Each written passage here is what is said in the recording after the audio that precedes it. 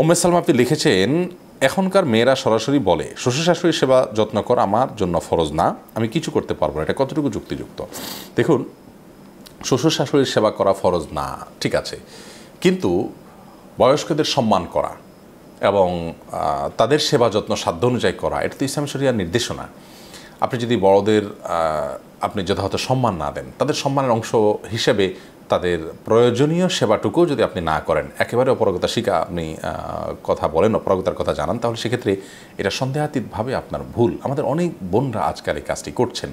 আপনি এখন শ্বশুর হবেন, শাশুড়ি হবেন, তখন পুত্রবধূ আপনাকে স্নেহ করুক, মমতার পরশ দিয়ে আপনাকে আগলে রাখুক এবং আপনাকে ন্যূনতম সেবাটুকু দেখে, এটা কিন্তু আপনি চাইবেন, আপনার ভালো লাগবে এই বিষয়টা, সেটি মাথায় রেখে আপনার এটি করা উচিত।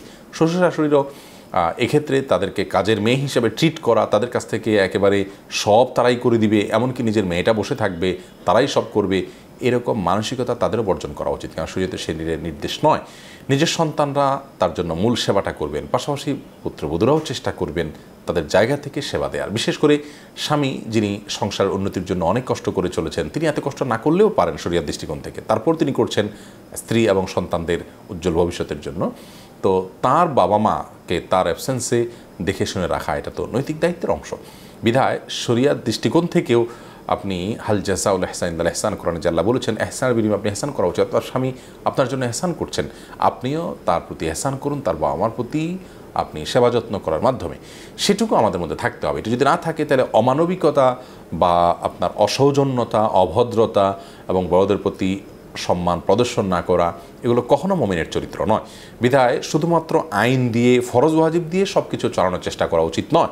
ফরজ ওয়াজিবের বাইরে নফল, সুন্নাহ, মুস্তাহাব এবং ইমানদারের জন্য উত্তম এবং সওয়াবের কাজ বলতেও তো কিছু আছে।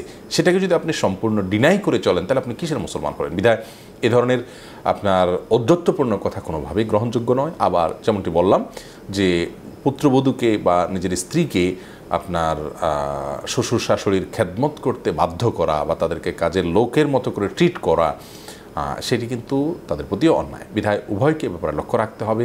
পুত্রবধূরাও শ্বশুর শাশুড়ির খেদমত করার জন্য আপ্রাণ চেষ্টা করবেন, ভালোবাসা, স্নেহ, পরশ দিবেন। তারা ভুলভাল উল্টাপাল্টা কিছু করলেও সেটাকে দেখে না দেখার ভান করবেন, তাদের বয়সের যে আপনার সমস্যা সেটা হিসাবে দেখবেন। আবার শ্বশুর শাশুড়ি এবং স্বামীর তরফ থেকেও তাদের ব্যাপারে আন্তরিকতা থাকতে হবে। তারা হলে কখনো একটা সুখী পরিবার গড়ে উঠবে না।